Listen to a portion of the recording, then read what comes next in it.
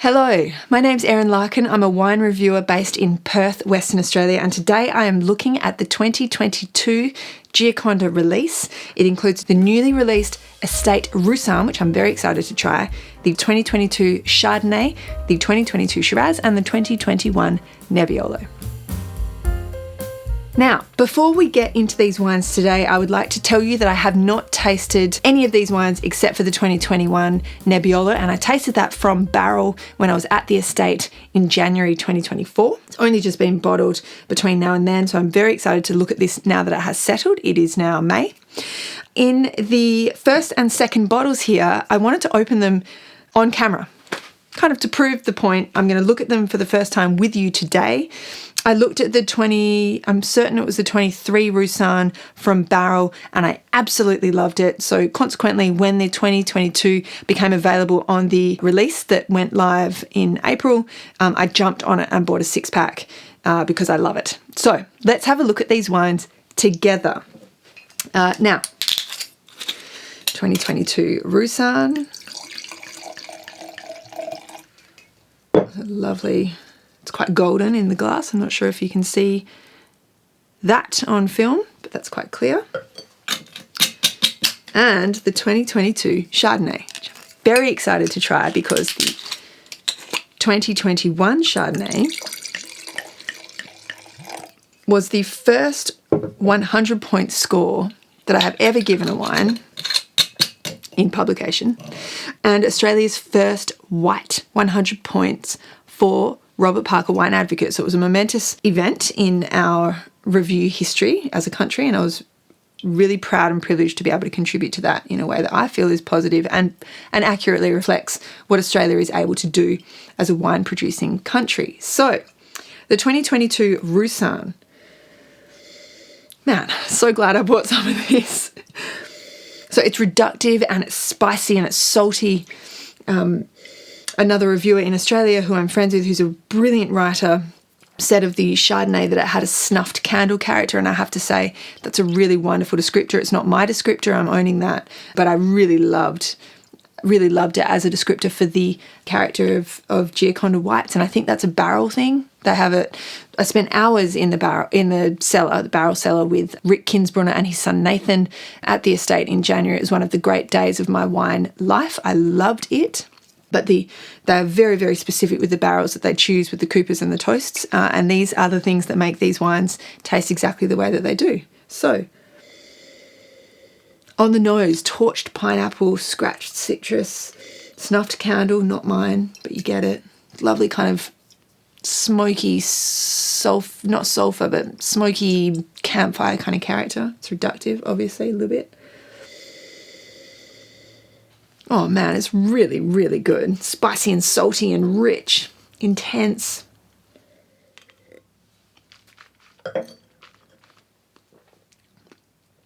Awesome. So this is where the Roussanne differs from the Chardonnay. Roussanne's a variety from the Southern Rhone. It's famous for its width. It's got beautiful width and texture. And this is the thing that typifies the drinking experience here. So while you get this kind of reductive, salty, spicy, exotic sort of nose, in the mouth is very much Roussanne. You get a lovely kind of blanketing width. It's wide, it's not broad, it's wide, it's very focused through the finish, which is very important. It's got a nice waxy candle wax paraffin sort of character. That's aromatic as all get up. Aromatic as hell. This is a great wine. I'm very excited I bought some of this.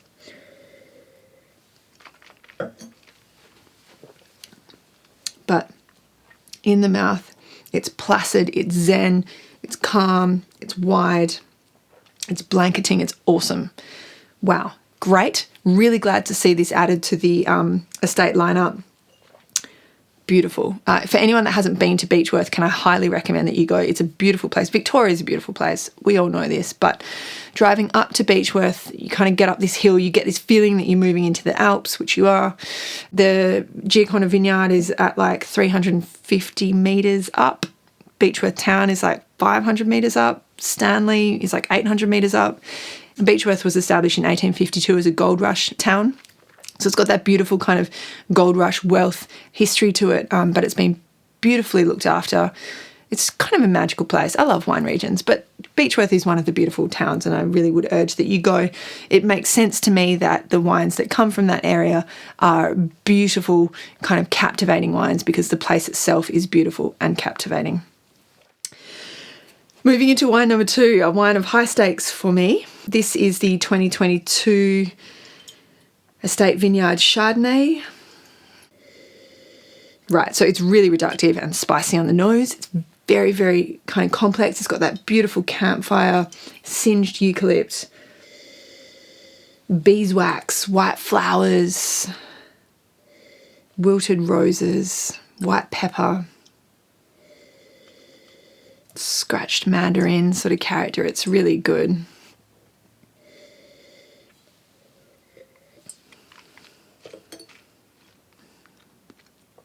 On the palate, it's salty and savoury and fine, very, very focused, very long. Yeah, it's a bloody stupendous wine, my God. It's really good. Perhaps it doesn't have the concentration of the 21. It's got the intensity of it. It's got the focus of it. It's got the spice, but it doesn't have the concentration. I'm not sure that it does. But I sort of love it for that as well, because here we have vintage variation, which is why we buy wine, because they taste different every year, and that's kind of cool. Helps us choose when we're in a mood, you know. Yes, I'm in the mood for that. No, I'm not in the mood for that. That's the beauty of it all. Oh, I bloody love this one. It's a really pleasurable thing to have and to drink and to behold.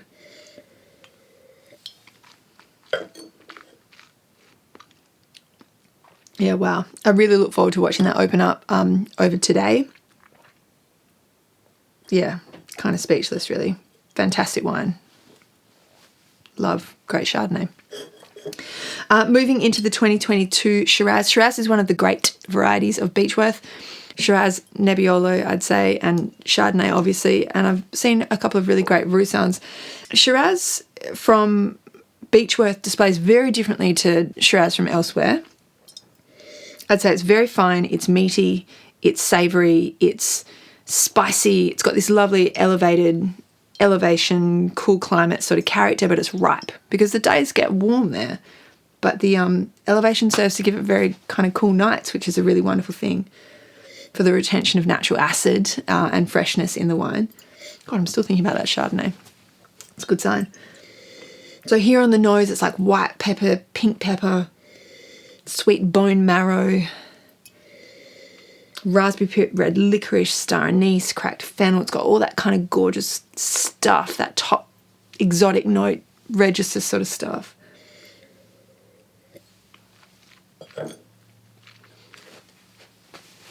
It's svelte and fine. I love the tannins here. They're very, very finely milled. It's sort of chalky and chewy.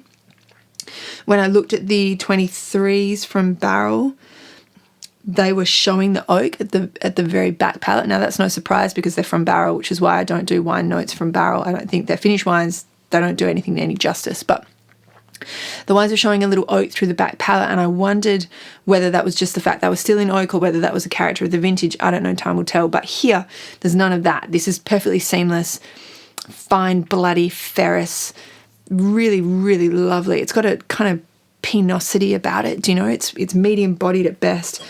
It's beautiful. God, it's very, very elegant.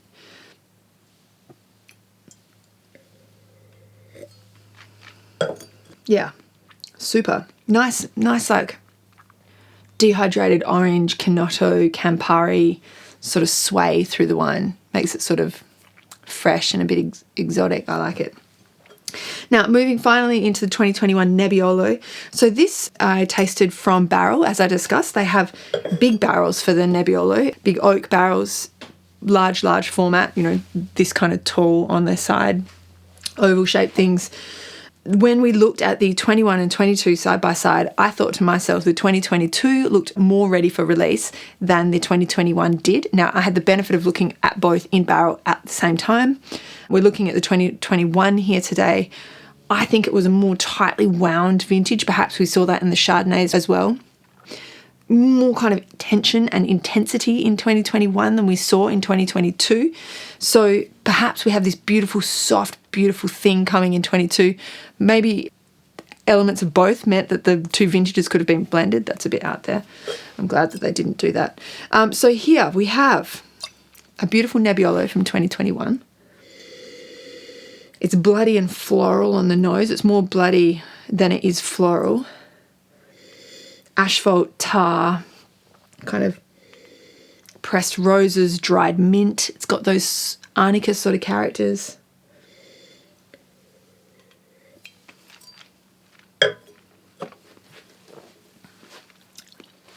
Wicked tannins. It's exactly why I love Nebbiolo, because it has those grippy, firm, stopping tannins. They really make you pause. There's beautiful impact on the palate. It's fine and it's long. There's like vanilla pod and cardamom and nutmeg through the finish, which is really kind of pretty. It's a very fine wine. It's tight and it's focused and it runs straight down the middle palate.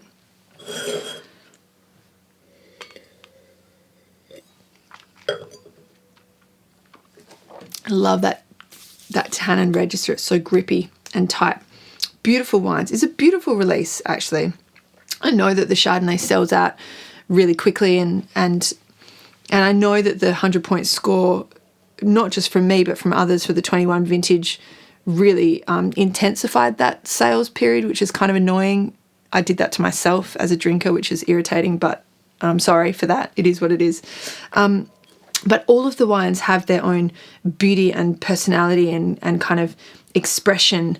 And that's what makes this a really great producer. And spending the day with Rick at the winery was really profound for me, because he and Nathan in his footsteps, but certainly Rick is the trailblazer, he just does things his way. And it's in some senses quite Burgundian, having done beautiful illuminating days both at his winery and in Burgundy. So it's got this kind of Burgundy feel about it, but it's very much Australian, and the vineyard is theirs, and it's, you know, wide spacings. And for the Chardonnay, it's P58 clone. There's quite a lot of fruit, not too much fruit, but there's lots of it, you know. So it has this very Australian feel to it, and yet the wines are so distinct. And when you get out of the car, you kind of drive up the driveway out of the car and you look out over kind of the flats, I suppose, from this nice elevated position. It's open, it's vast sky. What they're doing there is really special, and the wines are really special. They're collectible, they're drinkable, they're beautiful kind of age-worthiness about them, or impressive age-worthiness about them. It was just one of the great days, and it can't be overstated how much I learnt about their processes and their attention to detail. And Rick spends a lot of time in France, and I think that's really important, certainly when it comes to selecting barrels. I spent time at an oak forest, Tronchet forest in France earlier this year, and speaking to the cooper there, it was really fascinating how much information I think is lost between producers in Australia and the production of the barrels in France. And Rick's there with relationships with these producers, going through and choosing, you know, you can choose the staves down to individual staves for your barrels, and each stave is graded from top to bottom. They get given a rating. And so when you buy a barrel that has a certain grading, those barrels have been made using staves that have been individually graded. But you can go and pick your individual staves if you have that relationship with the cooper. And that will really intrinsically impact the quality of the wine that you make, given it spends so long in barrel. It's a really big deal, and I think that it's a really defining feature in certainly the whites.